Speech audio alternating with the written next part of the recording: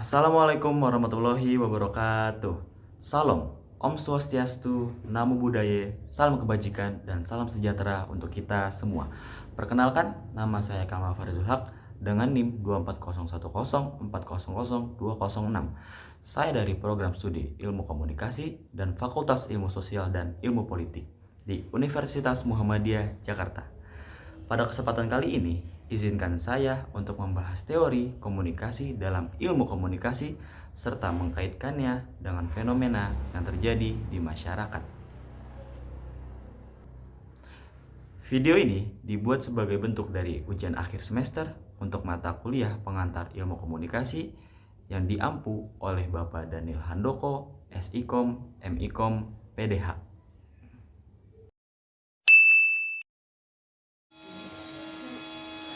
Baiklah, kali ini saya akan menjelaskan salah satu teori komunikasi, yaitu teori sistem.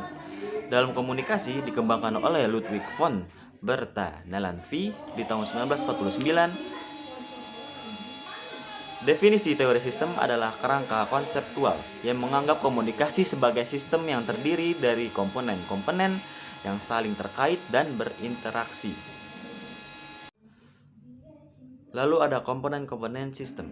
Yang pertama ada pengirim atau sender. Yang kedua ada pesan atau message.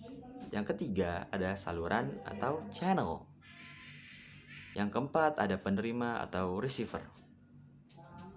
Yang kelima ada umpan balik atau feedback. Yang keenam ada lingkungan atau environment. Lalu ada karakteristik sistem, ada interkoneksi, komponen-komponen saling terkait. Lalu yang kedua ada interdependensi atau komponen-komponen mempengaruhi satu sama lain. Yang ketiga ada adaptasi, sistem menyesuaikan diri dengan perubahan. Yang keempat ada keseimbangan atau homeostasis, sistem mencapai keseimbangan. Yang kelima ada pertumbuhan, sistem berkembang dan berubah. Lalu ada jenis sistem. Sistem terbuka, yaitu menerima input dari lingkungan. Lalu yang kedua sistem tertutup, tidak menerima input dari lingkungan. Lalu ketiga ada sistem linier atau komunikasi satu arah. Yang keempat ada sistem atau non-linier, yaitu komunikasi dua arah.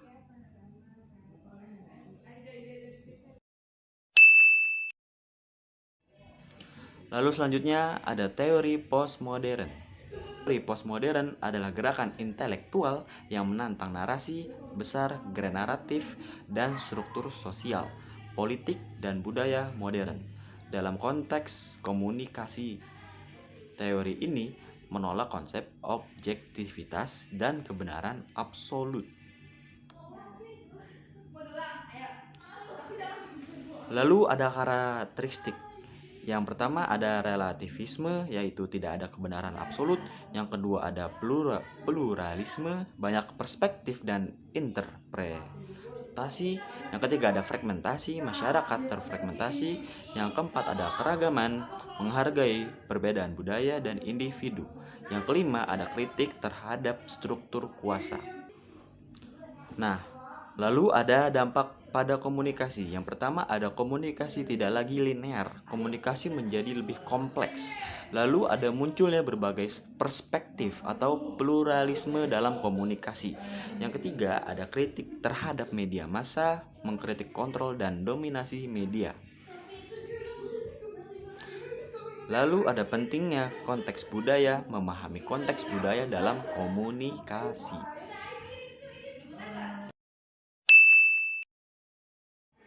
Lalu teori komunikasi yang ketiga ada teori agenda setting. Teori agenda setting adalah konsep komunikasi yang menjelaskan bagaimana media massa mempengaruhi opini publik dengan menentukan isu-isu yang dibahas dan diangkat ke permukaan. Sejarah teori ini dikembangkan oleh Maxwell McCombs dan Donald Shaw pada tahun 1972 berdasarkan penelitian tentang pemilihan presiden Amerika Serikat. Ada konsep utama yaitu agenda setting primer, media menentukan isu-isu utama yang dibahas. Lalu ada agenda setting sekunder, media mempengaruhi opini publik tentang isu-isu tersebut. Yang ketiga ada framing, media membingkai isu-isu dengan cara tertentu untuk mempengaruhi opini publik. Yang keempat ada priming, media mempengaruhi opini publik dengan menampilkan isu-isu tertentu secara berulang. Lalu ada jenis-jenis agenda setting. Yang pertama ada agenda setting positif, di mana media mempromosikan isu-isu positif. Lalu ada agenda setting negatif, di mana media memfokuskan isu-isu negatif. Yang ketiga ada agenda setting natural, menyajikan isu-isu secara natural. Ada dampak agenda setting. Yang pertama ada membentuk opini publik, ada mempengaruhi kebijakan pemerintah, dan mengubah perilaku masyarakat, dan membuat perubahan sosial. Nah, kali ini saya akan menjelaskan contoh fenomena teori komunikasi yang terjadi di masyarakat. Nah, yang kita tahu, yang tadi saya jelaskan di awal dari teori agenda setting, yaitu ada kasus korupsi yang diangkat media massa, memicu kesadaran dan tuntunan perubahan dari masyarakat. Lalu ada isu perubahan iklim yang diangkat media, meningkatkan kesadaran masyarakat tentang pentingnya lingkungan hidup. Lalu ada media sosial memfokuskan isu kekerasan terhadap perempuan, memicu gerakan Me Too dan perubahan kesadaran masyarakat. Nah, ada juga nih dari teori postmodern, yaitu munculnya berbagai narasi dan interpretasi tentang isu-isu sosial melalui media sosial. Kritik terhadap struktur kuasa dan dominasi media massa. Gerakan sosial yang memperjuangkan hak-hak minoritas dan keragaman. Baik, cukup sekian dari saya penjelasan-penjelasan teori komunikasi dalam ilmu komunikasi yang sudah saya jelaskan sebelumnya.